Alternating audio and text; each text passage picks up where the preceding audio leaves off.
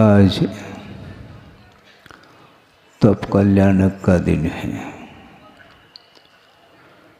कल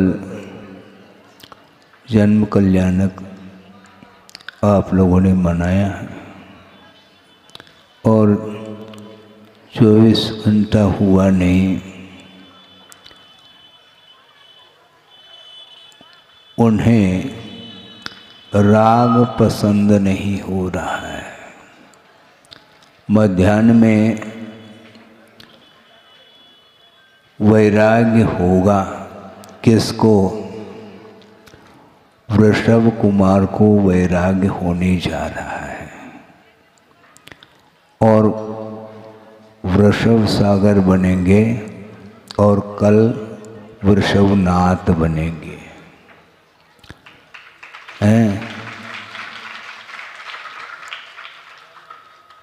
आप लोगों ने रात में जो बाल्य अवस्था जिनकी रही उनको झुलाया है आपने। किसमें? पालने में झुलाया है। लेकिन पालने में झूलते समय जो उन्हें आनंद आ रहा था वह आनंद केवल 24 घंटे तक भी नहीं रहा। अब वो किस में झूलेंगे? गुणस्थान रूपी झूले में झूलेंगे। मध्याह्न में दीक्षा कल्याणक आप लोगों को देखने को मिलेगा। उसके पूर्व में राजाभिषेक होगा और 32,000 मुकुटबद्ध राजा उनके चरणों में नतमस्तक होंगे। चक्रवर्ती तक उनके चरणों में नतमस्तक होगा। उसमें भी उनको कुछ आनंद तो आता होगा, लेकिन वह आनंद आत्मिक नहीं है। यह कल ही कहा था, एक मानसिक आनंद है। वह सांसारिक सुख को सूचित करने वाला वह आनंद माना जाता है। उस आनंद में अनंत काल व्यतीत किया है। अब उस आनंद से उन्हें कोई प्रयोजन नहीं है, इसलिए वैराग्य बहुत जल्दी होने जा रहा है। सम्यक दर्शन अलग वस्तु है। मात्र सम्यक दर्शन के साथ मोक्ष मार्ग बनता नहीं। इसलिए मोक्ष मार्ग जो बनता है वह सम्यक दर्शन, सम्यक ज्ञान और सम्यक चारित्र, इन तीनों की समष्टि का नाम मोक्ष मार्ग है। मात्र सम्यक दर्शन, सम्यक ज्ञान का नाम मोक्ष मार्ग नहीं, मात्र चारित्र का भी नाम मोक्ष मार्ग नहीं है। किंतु इन तीनों का समावेश जब होता है तब मोक्ष मार्ग बनता है। और मोक्ष मार्ग कितने प्रकार का होता है हम बाद में कहेंगे। अभी तो उमा स्वामी महाराज ने सामान्य रूप से मार्ग को एक ही कहा है, मोक्ष मार्ग, ऐसा एक वचन का प्रयोग किया है। ये सामान्य कथन है। विशेष कथन जब करेंगे तो इसके भी भेद होते हैं। और दूसरी बात यह है कि सम्यक दर्शन के घात करने वाली जो प्रकृति है उनका क्षय होने के उपरांत भी राग का पूर्णतः अभाव नहीं होता। अनंत संसार के लिए कारणभूत जो राग था उसका अभाव हो चुका है। इसलिए वृषभ कुमार को क्षायिक सम्यक दर्शन उनके पास है, लेकर के ही आए हैं।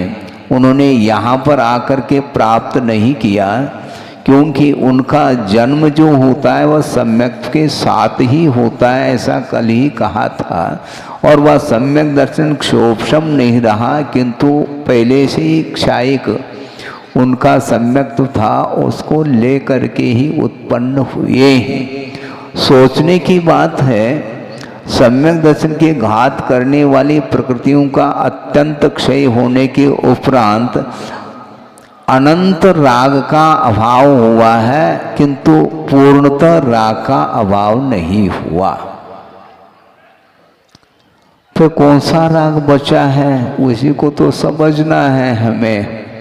वर्तमान में स्वाध्याय सब लोग करते हैं और रत्नकर्ण श्रावकाचार का स्वाध्याय कम हो रहा है और मूलाचार तो ओम शांति है, किंतु समयसार प्रत्येक व्यक्ति के हाथ में समयसार देखने को मिलता है। समयसार का हम स्वाध्याय करते हैं महाराज। हाँ, अच्छी बात है, करो, हम निषेध नहीं कर रहे हैं, किंतु गुरुदेव का कहना था कि सिलेबस के अनुरूप होना चाहिए अध्ययन। जो प्राइमरी में पढ़ रहा है उसके हाथ में यदि एमए की किताब दे दी जाए तो दे रहा है वही हंसी का पात्र होगा। जो पढ़ रहा है वह हंसी का पात्र होगा नहीं, क्योंकि उसको कुछ आता ही नहीं है। पढ़ाने वाला वह हंसी का पात्र माना जाता है, इसलिए पात्र के अनुरूप ही उपदेश हुआ करता है। धर्म वस्तुतः वस्तु के स्वरूप की अपेक्षा से वह धर्म अखंड रहता है, किंतु पात्र के अपेक्षा से उसके भेद होते हैं।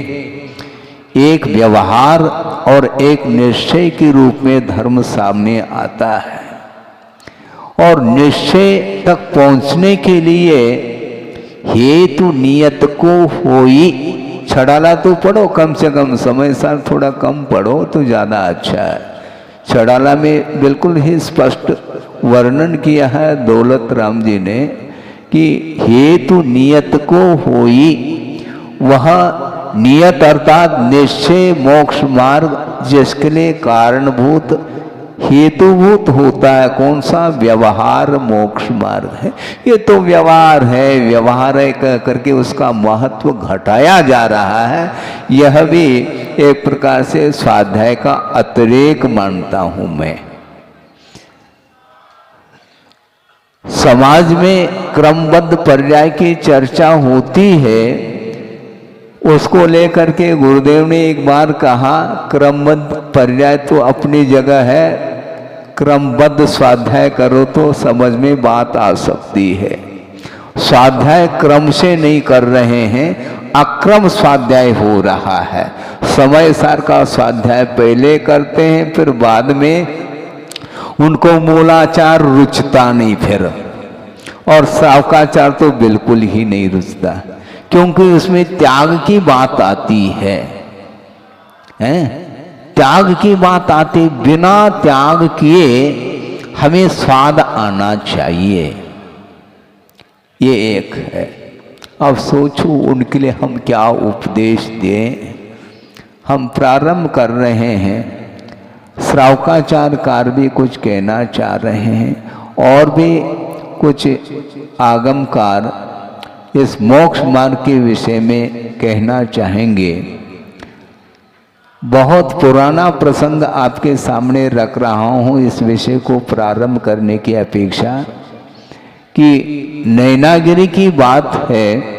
नैनागिरी में 3 चातुर्मास गुरुदेव के हुए हैं, एक 78 और एक 80 और 81 और 82, इस प्रकार लगातार 2 और एक 78 का, ऐसे 3 चातुर्मास सिद्ध क्षेत्र नैनागिरी में उन्होंने संपन्न किया है। उसमें शायद 82 का प्रसंग हो सकता है। 10 लक्षण पर्व के समय पर प्रतिदिन एक एक धर्म पर व्याख्यान करते हैं आचार्य महाराज प्रवचन के रूप में, और अपराह्न वेला में आचार भक्ति होती है। और उस आचार भक्ति के उपरांत कुछ विद्वान भी बैठ जाते हैं, जनता भी रहती है, और हम लोग भी वहीं बगल में बैठे रहते थे।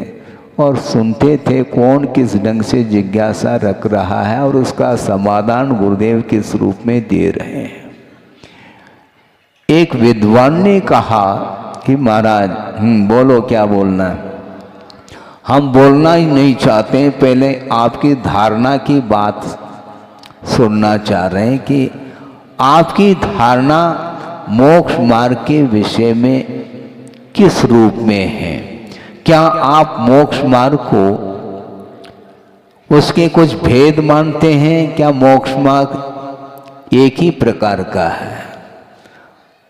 गुरुदेव ने कहा हम तो बता ही रहे हैं, बताएंगे, किंतु आप अपनी धारणा बता दो ताकि वह धारणा आगम के अनुरूप है क्या नहीं, इसको देखते हुए फिर आपके लिए समाधान हम दे पाएंगे आगम के अनुरूप।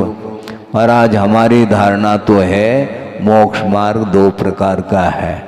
हाँ, और इतना ही नहीं, उन्होंने रेफरेंस दे दिया आगम का और एक श्लोक उन्होंने सुनाया। आचार्य महाराज ने सोचा ये अब तो बहुत व्यवस्थित ढंग से हमें उत्तर देना पड़ेगा, क्योंकि आगम भी सामने रख रहे हैं। हमने सोचा था कि आगम से हट करके कुछ बोलना चाहते हैं।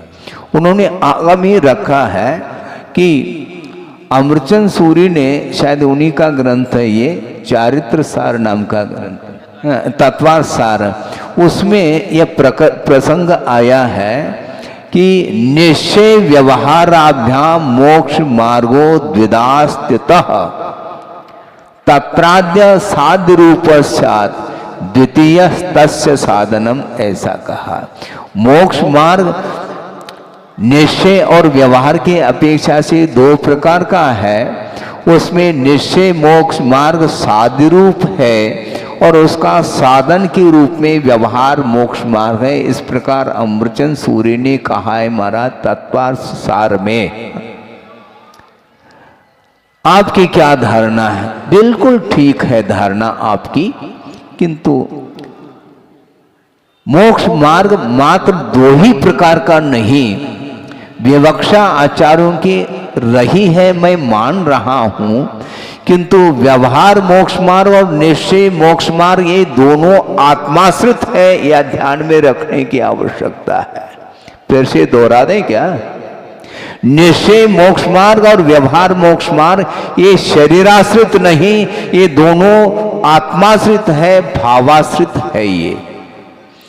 और शरीर आश्रित कौन सा मोक्ष मार्ग है महाराज? हाँ है, उसको उपचार मोक्ष मार्ग बोला है गुरुदेव ने। ये कहीं आगम में आपको पढ़ने को नहीं मिलेगा, किंतु प्रकारांतर से आपको पढ़ने को मिलेगा, क्योंकि 28 मूल गुणों को अंगीकार करने वाला जो साधक होता है वह कभी भी निश्चय और व्यवहार मोक्ष मार्ग का स्वाद उन्हें दिगंबरत्व के बिना नहीं आ सकता। यह दिगंबरत्व ही शरीराश्रित मोक्ष मार्ग है, ऐसा कहा है। और कुंद देव ने भी इसको उपकरण के रूप में स्वीकारा है। यह जाद रूप धर्म, ऐसा कहा। यथाजात जो रूप है उसको शरीराश्रित मोक्ष मार्ग माना है, वह नग्नत्व को लेकर के है। बिना दिगंबरत्व को अंगीकार किए मोक्ष मार्ग बनता ही नहीं। आत्माश्रित जो मोक्ष मार्ग बनेगा उसके लिए यह आधारभूत है उपचार मोक्ष मार्ग। उपचार इसलिए कहा जा रहा है, ये उपकार करता है, इति उपकरणम, उपकारम करोति इति उपकरणम कहा है। ये सहयोग प्रदान करता है व्यवहार और निश्चय मोक्ष मार्ग के लिए। ये शरीर आश्रित जो दिगंबरत्व है इसका अंगीकार करना अनिवार्य सिद्ध होता है। कोई तीर्थंकर के लिए भी ये अपवाद नहीं है कि वह तीर्थंकर मैं हूं इसलिए गृहस्थ अवस्था में बिना वस्त्र का विमोचन किए, बिना परिग्रह का विमोचन किए मुझे मुक्ति मिल जाए, संभव ही नहीं है। और उन्होंने उदाहरण दिया, गुरुदेव ने बहुत अच्छा उदाहरण दिया, वो भी मुझे याद है। हाँ, हमें ज़्यादा परिश्रम करने की आवश्यकता नहीं पड़ती, क्योंकि गुरुदेव ने जो 41 साल में दिया है वो बहुत ओवर हो चुका है हमारे लिए। हाँ। उन्होंने ये उदाहरण दिया कि आप लोग घी प्राप्त करना चाहते हैं, ठीक है कि नहीं? हाँ, घी चाहिए महाराज, 8 प्रहरी, हाँ ठीक है, कोई भी प्रहरी हो। अब 8 प्रहरी घी को प्राप्त करना है तो कहाँ से प्राप्त करेंगे आप? घी कहाँ से निकलता है? दूध में घी है क्या? नहीं, घी है दूध में, तो 1 गिलास दूध पी लो, घी का स्वाद आना चाहिए। समस्या खड़ी हो गई। यदि दूध में घी है तो 1 गिलास क्यों, 1 जग पी लो, किंतु घी का स्वाद नहीं आएगा। महाराज फिर उसमें घी नहीं है क्या? घी है भी और नहीं भी, यही तो समस्या, यही तो अनेकांत है। उसमें दूध में घी विद्यमान है शक्ति के रूप में, किंतु उसमें से विधिवत निकाला जाता है, रुचिवत नहीं है। विधिवत निकालो उस दूध में से घी को, और उसमें क्या करेंगे आप? दूध में जामन डालेंगे तो क्या क्या क्या जमता है? दही नहीं जमता है, दही तो जमा हुआ ही है, दूध जमता है, ये कहो। क्या भाषा देखो, ये जनपद सत्य इसी को बोलते हैं। दूध तपाया है और अनुपात से तपा करके उसमें जामन डालने के बाद वह दूध ही दही के रूप में परिवर्तित होता है। तो जमा कौन? दूध ही जमता है, दही नहीं जमता। दही बनने के बाद फिर क्या जमेगा? वो जमाना ही पलट गया। समझ क्या रहे हैं आप? विधिवत आप चलिएगा तो दूध में घी विद्यमान है शक्ति के रूप में, और उसको तपा करके अनुपात से जामुन डालने से वह 24 घंटे के अंदर वह दही के रूप में परिवर्तित होता है। यहाँ तक प्रक्रिया हो गई। अब उस दूध का मंथन करना है। काय में करोगे? दूध काय में रखोगे? हैं? पात्र चाहिए क्या? नहीं है? हाँ, जो भी है पात्र चाहिए। उस पात्र में उस दही को रख कर के मथाने के माध्यम से उस दही का मंथन होता है। ये उदाहरण किस लिए दिया जा रहा है? दही खाने के लिए क्या? नहीं, वस्तुतः जो मोक्ष मार्ग है, निश्चय और व्यवहार मोक्ष मार्ग, उसको उसके स्पष्टीकरण के लिए उदाहरण दिया जा रहा है कि उस दही को आपने पात्र में रखा और मथाने से उसका मंथन किया, फिर कहीं जाकर के उसमें से नवनीत निकल आता है। सोचिए, ये पात्र क्या है? यही वो उपचार मोक्ष मार्ग है जो शरीर आश्रित है। दही, नवनीत, ये सब व्यवहार मोक्ष मार्ग के अंतर्गत आएंगे, और घृत जो है वह निश्चय मोक्ष मार्ग के अंतर्गत आता है। तो व्यवहार, निश्चय, इन दोनों के लिए आधार भूत जो मार्ग है वह शरीर आश्रित, वह दिगंबरत्व को लेकर के उपचार मोक्ष मार्ग होता है। इस प्रकार करने से विद्वान को बात समझ में आ गई। हमारे लिए महाराज इतना ही पढ़ाया है। हाँ, जितनी पट्टी पढ़ाई जाती है उतनी पढ़ लेते हैं, आगे पीछे कुछ भी नहीं सोचते हैं। ये एक उदाहरण उन्होंने दिया। इसी प्रकार प्रासंगिक एक और उदाहरण मैं देना चाहता हूं। आप पौधा लगाना चाहते हैं, मान लो फूल का। अब आकाश में फूल उगता है क्या? खेनास्ते पुष्पम, आकाश में तो फूल उग ही नहीं सकता तरुषु प्रसिद्धम ऐसा कहा। तो उसी प्रकार फूल का पौधा यदि लगाएंगे तो गमला ले आते हैं। आप क्या सुन रहे हैं? गमला, उसमें पौधा लगाया जाता है। गमला से पौधा है क्या? नहीं है। लेकिन वह पौधा लगेगा कहां पर? बिना आधार के लग नहीं सकता। इसी को उपचार मोक्ष मार्ग बोलते हैं। इसलिए वस्तुतः संसारी प्राणी मोक्ष तो चाहता है, किंतु परिग्रह का विमोचन करना नहीं चाहता वो।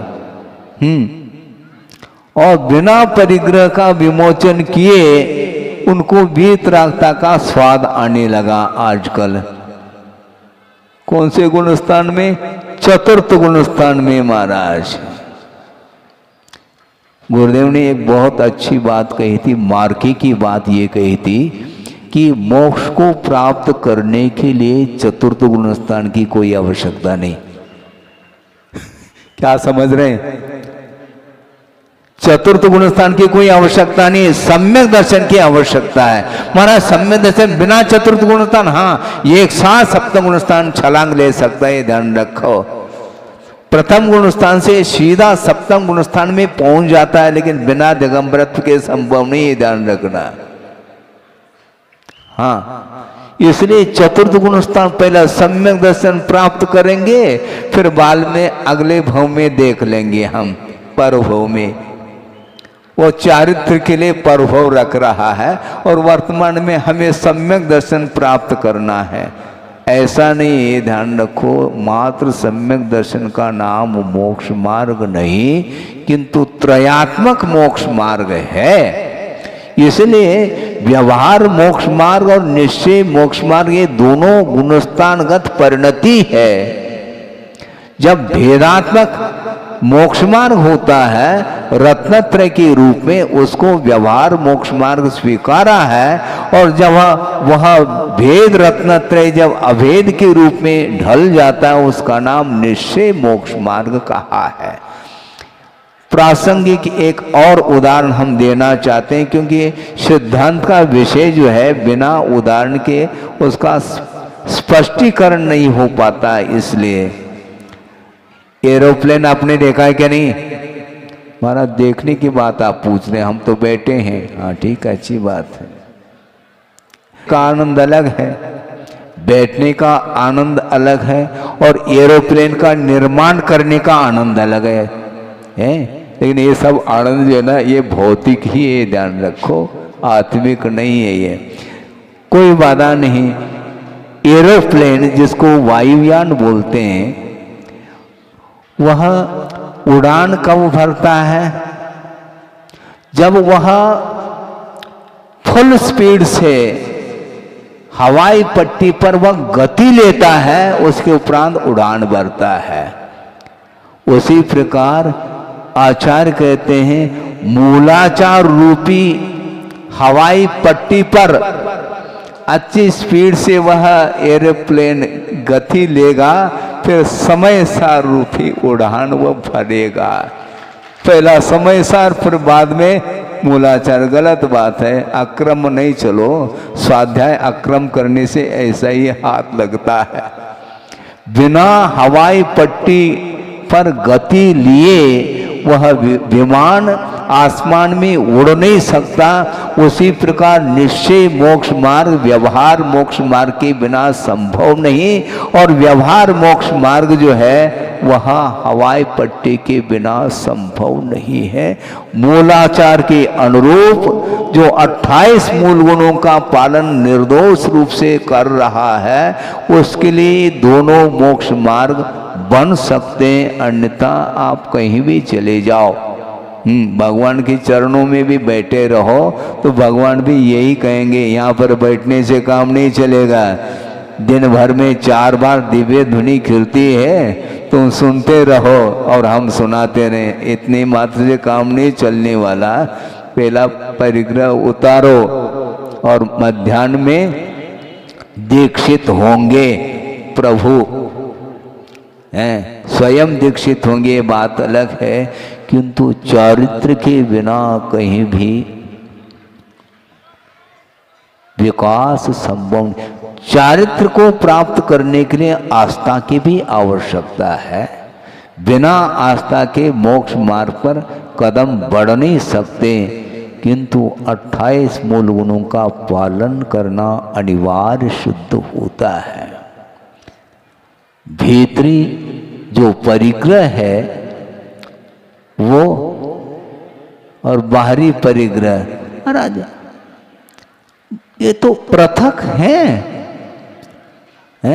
ये जो भी वैभव है, दुकानें, मकानें आदि, जमीन जायदाद, प्रॉपर्टी वगैरह, ये तो बिल्कुल हमसे भिन्न है। कोई उठा ले तो फिर खेद खिन्न हो जाता है। ये भिन्न कहना बहुत आसान है? भिन्न कह दो और कोई उठा ले तो उसी को उठा लोगे तुम। ये सब क्या है? पर पदार्थ के प्रति स्वामित्व भाव जब तक रहता है तब तक उसके अंदर राग विद्यमान रहता है। पर वस्तु के प्रति राग ना हो और ग्रहण करता चला जाए, ऐसा थोड़ी होता है, ऐसा हो नहीं सकता। इसलिए बाहरी परिग्रहों का विमोचन करना अनिवार्य शुद्ध होता है। इसलिए आचार्य समंतभद्र स्वामी कह रहे हैं, मोह तिमिराप हरणे दर्शन लाभात अवाप्त संज्ञान रागत द्वेष निवृत्ति चरणम प्रतिपद्यते साधु। साधु का अर्थ वह भव्य मुमुक्षु जीव है जिसने मोह रूपी तिमिर का अपहरण होने पर सम्यक दर्शन का लाभ हुआ है। और सम्यक दर्शन के लाभ होने के फलस्वरूप जिसके पास सम्यक ज्ञान प्राप्त हुआ है, किंतु चारित्र को क्यों अंगीकार करता है? वो राग द्वेष निवृत्ति, राग द्वेष की निवृत्ति के लिए वह चारित्र को अंगीकार करता है। इससे स्पष्ट है सम्यक दर्शन सम्यक ज्ञान प्राप्त होने के उपरांत भी अभी भी राग विद्यमान है जो चारित्र का घात करने वाला माना जाता है। अनंतानुबंधी जो कषाय है वह द्विमुखी अर्थात सम्यक दर्शन का भी वह घात करती है कषाय, और चारित्र का भी घात करती है। किंतु सम्यक दर्शन प्राप्त होने के उपरांत जो शेष चारित्र मुनि संबंधी प्रकृति है उनका अभाव भी करना अनिवार्य सिद्ध होता है। इसलिए राग द्वेष निवृत्ति चरणम प्रतिपद्यते साधु ऐसा कहा है। राग तो निकल गया था महाराज अनंतानुबंधी संबंधी, वो तो ठीक है, श्रद्धान हो गया है, लेकिन श्रद्धान होने के बाद भी 83 लाख पूर्व तक जो घर में बने रहे, ये बिना राग के बने रहे क्या? वो हम पूछना चाहते हैं। राग तो अनंत, जो अनंतानुबंधी संबंधी राग समाप्त हो गया। जो अनंत की आशा थी वो तो कल ही समाप्त हो चुकी थी, बल्कि लेकर के ही आए थे वो सम्यक दर्शन। फिर आज क्या छोड़ना है? जो बचा है उसको भी छोड़ना है, और उसको छोड़ने के लिए 83 लाख पूर्व लग गए। सोचो विचार करो, 84 लाख पूर्व की उनकी आयु थी और 83 लाख पूर्व तक घर में रहे। घर को क्या मान करके रहे? अपना माना क्या पराया? पराया मानते तो रहे क्यों? समस्या खड़ी है महाराज। ये सब भिन्न है, भिन्न है, भिन्न है। मैं तो बिल्कुल शुद्ध अखंड, हाँ, एक ज्ञायक पिंड। अरे पिंड क्या है? पिंड खजूर तो छोड़ो पहला, पिंड, ये पिंड नहीं छूट रहा है और ज्ञायक पिंड बोल रहा है। बोलना बहुत आसान है, वस्तुतः आत्मा का स्वरूप तो यही है कि वस्तु का जैसा स्वरूप है वैसा ही वह जानता है। इसका नाम वह सम्यक ज्ञान माना जाता है। किंतु सम्यक ज्ञान होने के बावजूद भी पर वस्तु के प्रति जो अटैचमेंट है, लगाव है, वह लगाव ही असंयम का प्रतीक है, बल्कि वह असंयम माना जाता है। असंयम अवस्था से ऊपर उठना है। किसको? भगवान को, होनहार भगवान को ऊपर उठना है। जब तक बुद्धि पूर्वक 28 मूल गुणों का पालन नहीं होता, तब तक वह भीतरी चारित्र आ ही नहीं सकता। भीतरी चारित्र वह माना जाता है जो राग द्वेषात्मक परिणामों से ऊपर उठने का नाम ही वह भीतरी चारित्र है। इसलिए चरणम प्रतिपद्यते राग द्वेष निवृत्ति ऐसा कहा। राग और द्वेष ये दोनों एक साथ चल रहे हैं। किसी एक वस्तु के प्रति राग है तो निश्चित रूप से उसके अपोजिट जो वस्तु है उसके प्रति द्वेष शुद्ध है। आप मानो या न मानो, हाँ मानो या न मानो, मानना ही पड़ेगा। राग है तो द्वेष है, द्वेष है तो राग है। ये दोनों ये मोह की परिणति, ये कषाय की परिणति है। और जितने भी कषाय हैं उनको जब तक उसका अभाव नहीं होगा तब तक चारित्र नहीं आ सकता। और चारित्र के बिना मोक्ष मार्ग बनता नहीं है। इसलिए चारित्र को अंगीकार करो ये कहा जा रहा है। महाराज हम देख लेंगे, पूछ करके आते हैं। किसको? घर में, घर वालों को। अभी आपका घर है, मतलब फिर आपको वैराय कहाँ हुआ? तुम पूछ करके आ रहे हो, हैं? कब तक पूछते रहोगे एक दूसरे के प्रति? अपने आत्मा को पूछो कि आत्मा क्या चाहती है, हैं? आत्मा तो वही चाहती है। धर्म रुचता नहीं, चारित्र रुचता नहीं, और राग द्वेष भाव ही अच्छे लगते हैं उसको। इसलिए जब तक ये रागादिक परिणति आत्मा में बनी रहेगी तब तक वह आत्मा में निर्मलता नहीं आ सकती है। श्रद्धान होने के उपरांत भी जब तक त्याग नहीं होगा तब तक मोक्ष मार्ग बनेगा नहीं। चक्रवर्ती दान कर रहा है कि मेच्छक दान, तुम जो चाहो वो दे रहा है। ये ध्यान रखो, ये दान है। इससे कुछ हट करके हम कहना चाह रहे हैं। उत्तम त्याग अलग होता है, ये ध्यान रखो, हैं? दोनों हाथों से लड्डू खाने वाला वह लड्डू खिला सकता है, लेकिन तो लड्डू को छोड़ना बहुत कठिन होता है, ये ध्यान रखो। सुन रहे हैं क्या? नहीं?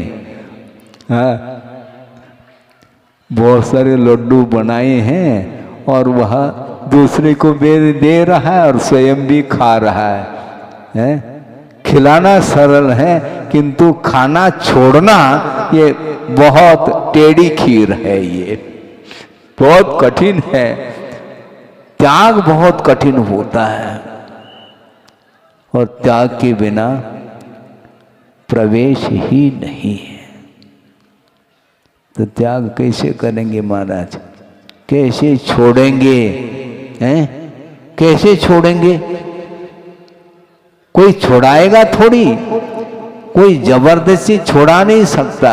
और मान लो अपने आप छूट गया तो भी त्याग की कोटि में नहीं आता। वो आपको बुद्धि पूर्वक छोड़ना पड़ेगा, क्योंकि जो छोड़ने योग्य वस्तु है उसको सोचने की आवश्यकता नहीं, उसको छोड़ देना चाहिए। महाराज छूटता नहीं। अपना ऑफिस आपने कहा छूट, अपने आप कैसे छूटेगा? छोड़ो। आप जोड़ा है तो छोड़ना तो पड़ेगा। जोड़ा नहीं, वो जोड़ा गया है बुद्धि पर, राग के साथ जोड़ता है, वस्तुओं का संग्रह करता है, तो वीतराग भाव के साथ ही उसको छोड़ा जाता है। छोड़ो, आज छोड़ो चाहे कल छोड़ो, कभी भी छोड़ो, छोड़ना आपको है। तो इस प्रकार मध्याह्न में किस प्रकार वृषभ सागर बनते हैं। अभी कुमार हैं, अब सागर बनना है, फिर बाद में नाथ बनेगा, हैं? बाद में नाथ बनेगा, पहले नाथ नहीं। हाँ, पहले सागर, उसके पहले कुमार, ये सारे अरे अलग अलग पर्याय हैं ये। इसीलिए वस्तुतः पर वस्तु के प्रति जो आकर्षण हमारा बना हुआ है उसको समाप्त करना है।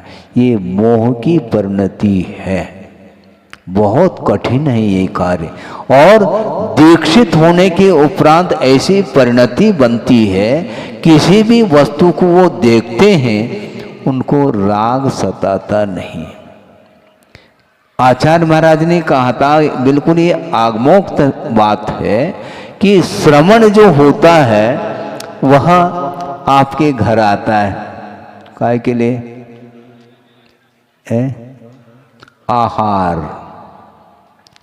लेकिन ये ध्यान रखो, आहार लेने की इच्छा तो है, किंतु एन केन प्रकार से आहार को ग्रहण नहीं करता, ये ध्यान रखो।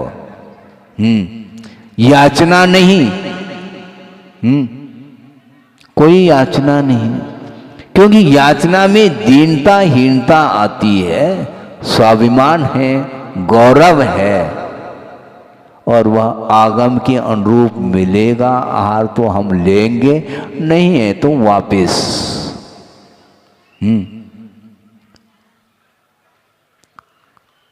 कोई प्रतिकार नहीं, कोई व्यवस्था नहीं।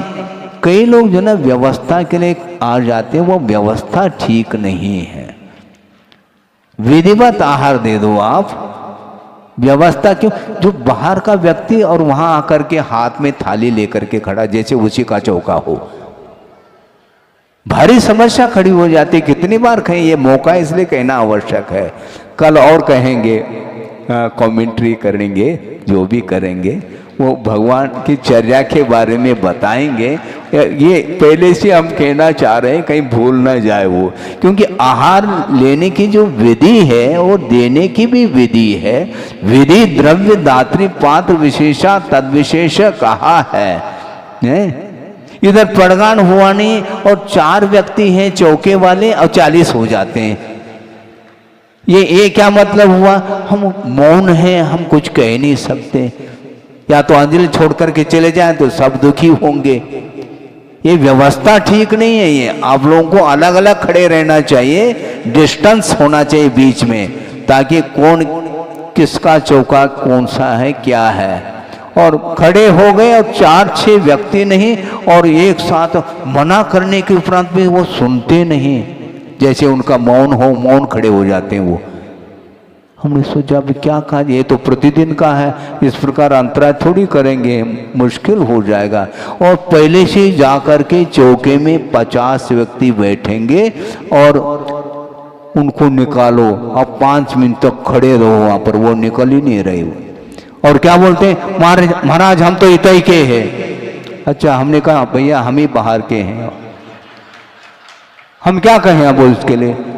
समझ में नहीं आता। ये व्यवस्था बिल्कुल ठीक नहीं है। आपको अच्छा लगे या बुरा लगे, किंतु यथार्थ बात है, ये सत्य है, और सत्य धर्म को स्वीकार कर लेना चाहिए। और बोल भी रहे, मन शुद्धि, वचन शुद्धि, काय शुद्धि, आहार जल शुद्ध है। वचन शुद्ध है आपका, आप बोल क्या रहे हैं?